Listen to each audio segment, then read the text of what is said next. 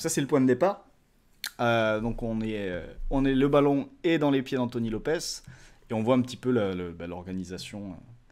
l'organisation des deux équipes et l'organisation parisienne. Donc côté lyonnais, on peut, si tu veux Julien, bon, on peut dessiner rapidement le système des Lyonnais là-dessus avec les 4 défenseurs. Je sais plus où est le dernier. Oui, il doit être là, Emerson, Ouais, c'est logiquement. Emerson, ouais. Les 3 milieux et les 3 attaquants. Voilà. On reviendra dans un instant sur Guimarães qui monte en puissance. Voilà le point de départ de l'action. Et puis ensuite, l'action va partir sur le côté droit. Sur le Bon, côté encore d'ailleurs droit. très bien le 3+2 à l'intérieur des Lyonnais, en milieu de Ouais, terrain. on le voit bien, ouais.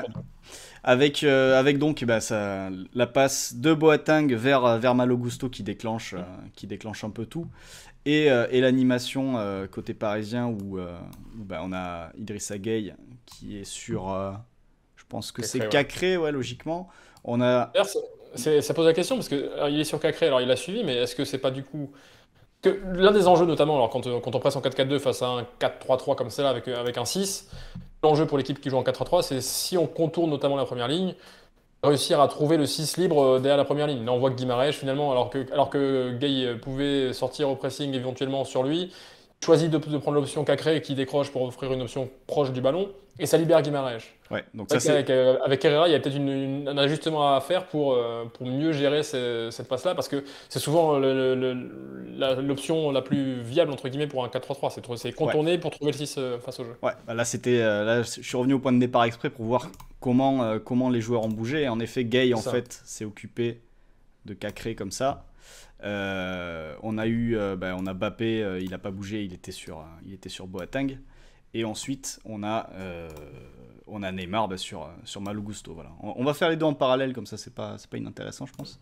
Donc là Ouais, en effet c'est vrai que Guimarães se retrouve en tant qu'homme libre, mais le projet des Lyonnais c'est surtout déjà de jouer l'option directe, de jouer l'option Slimani en étant par-dessus, en utilisant par-dessus, je peux pas le faire, si je peux le faire, je vais faire comme ça, hop, par-dessus, en utilisant le déplacement très simple, là, le décrochage de ce bon vieux, je crois que c'est encore Shaqiri qui est là, à ce moment-là, il me semble. Oui, 53e minute, c'est encore Oui, Shaqiri. c'est encore Shaqiri, oui. Pardon, je Donc regardais le chat en même temps. le petit ballon par-dessus pour que Slimani aille au duel avec Kimpembe. Donc voilà le point de départ de l'action. Et ensuite, on continue. On va avoir, voilà, là vous avez l'action avec Slimani, avec Kimpembe qui reste peut-être un petit peu trop à distance. Parce que On sent que, alors, là, on sent qu'il y a un automatisme quand même. On peut se dire que ça a pu être travaillé quand même. Dire d'avoir Shaqiri qui Ah décroche, oui, oui, qui oui, va ça c'est avec sûr. Nuno, et du coup Slimani qui plonge dans le dos pour offrir une solution de jeu par-dessus, pour éviter justement de prendre le risque de jouer à l'intérieur comme on le suggérait. Ouais. Ah non, mais ça totalement, ça me paraît évident que il y a un circuit qui a été bossé là-dessus. Bon, là, il n'y a pas forcément beaucoup d'éléments à mettre en avant sur ce plan-là. En revanche, qu'on peut mentionner, c'est La la question ensuite, position. c'est qu'une fois qu'on a trouvé Slimani, c'est comment on fait pour C'est qu'est-ce enchaîner, qu'on parce que là, fait. si on voit la situation, il y a 6 Parisiens pour 3 Lyonnais, c'est un peu compliqué. Exactement. Et donc, ce qu'on peut noter aussi, c'est la position du futur buteur, Paqueta, qui est installé entre les deux lignes lyonnaises, mais qui observe l'action tranquillement pour l'instant. Et donc, séquence suivante, alors je sais plus si j'ai le pensé, voilà. On a Slimani qui a conservé la balle, qui est dans cette position-là, ici, et qui est toujours avec Kimpembe d'ailleurs. Et donc, ce qui se passe aussi, et qui est un petit peu problématique, c'est que côté parisien, il n'y a plus qu'une ligne de 3, qui est certes très bien alignée, presque parfaitement alignée, mais il n'y a plus que 3 défenseurs. Et donc là, à partir du moment où on ressort sur Guimarães, Guimarães, il a pas à chercher Cette fois-ci, grand-chose. il est trouvé libre face au jeu, derrière la première ligne qui s'est pas repassée. Ouais. Hop, il a plus qu'à renverser à l'opposé vers notre cher Karl Toko Ekambi. Voilà.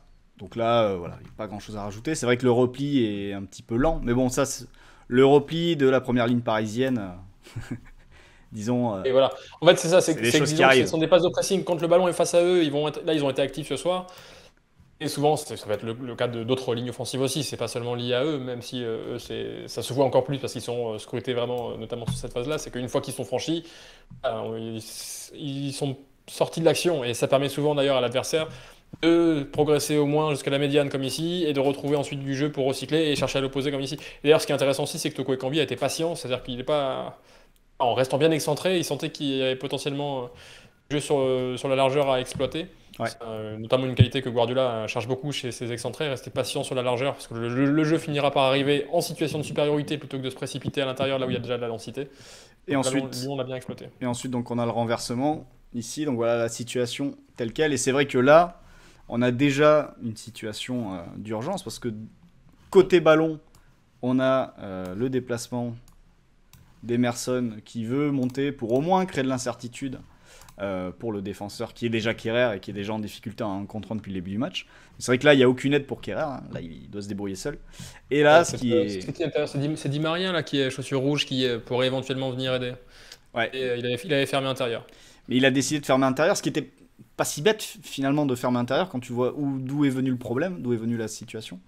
Mais le vrai souci, c'est là quoi. C'est que t'as... Alors, c'est pas comme ça que je peux le faire, c'est comme ça. C'est que Nuno a compensé seulement à moitié finalement Ouais. le dézonage de Kimpembe qui était resté aspiré par Slimani. C'est-à-dire que sur la séquence précédente, on sentait qu'il avait intégré un peu l'ligne défensive de 3, mais il n'a pas suivi sur le renversement comme il fallait pour venir combler l'intervalle. C'est ça, et puis t'as le repli un petit peu lent de Kimpembe. Puis il y a aussi ce que fait Marquinhos, c'est-à-dire que je pense que Marquinhos, dans sa lecture de l'action, il voit qu'il y a un 2 contre 1 ici qui se prépare contre Kerrer, et je pense qu'il se dit je vais y aller, et je sprint vraiment sans forcément regarder, parce que pour moi l'urgence c'est ces deux-là, là, au cas où. Je pense que le Une calcul il est là. communication aussi peut-être. C'est Ouais. à la fois soit peut-être prise d'info de Marquinhos de voir priorité quel est le danger le plus imminent pour lui, et c'est en effet là du coup c'est censé être Paqueta. C'est peut-être aussi, alors après il y a du bruit, hein, Kimpembe, est-ce que Nuno maîtrise déjà, quoi qu'en portugais, bah oui si, mais il peut lui transmettre, le prévenir en portugais qu'il y a une menace dans son dos, et du coup qu'il faudrait plutôt rester dans la zone axiale. Ouais. Et puis finalement, alors j'ai pas la dernière capture, mais on sait comment ça se termine, c'est-à-dire que Toko va rentrer fixé. Va rentrer fixé, et il me faut une flèche pour montrer qu'il va rentrer fixé. Voilà.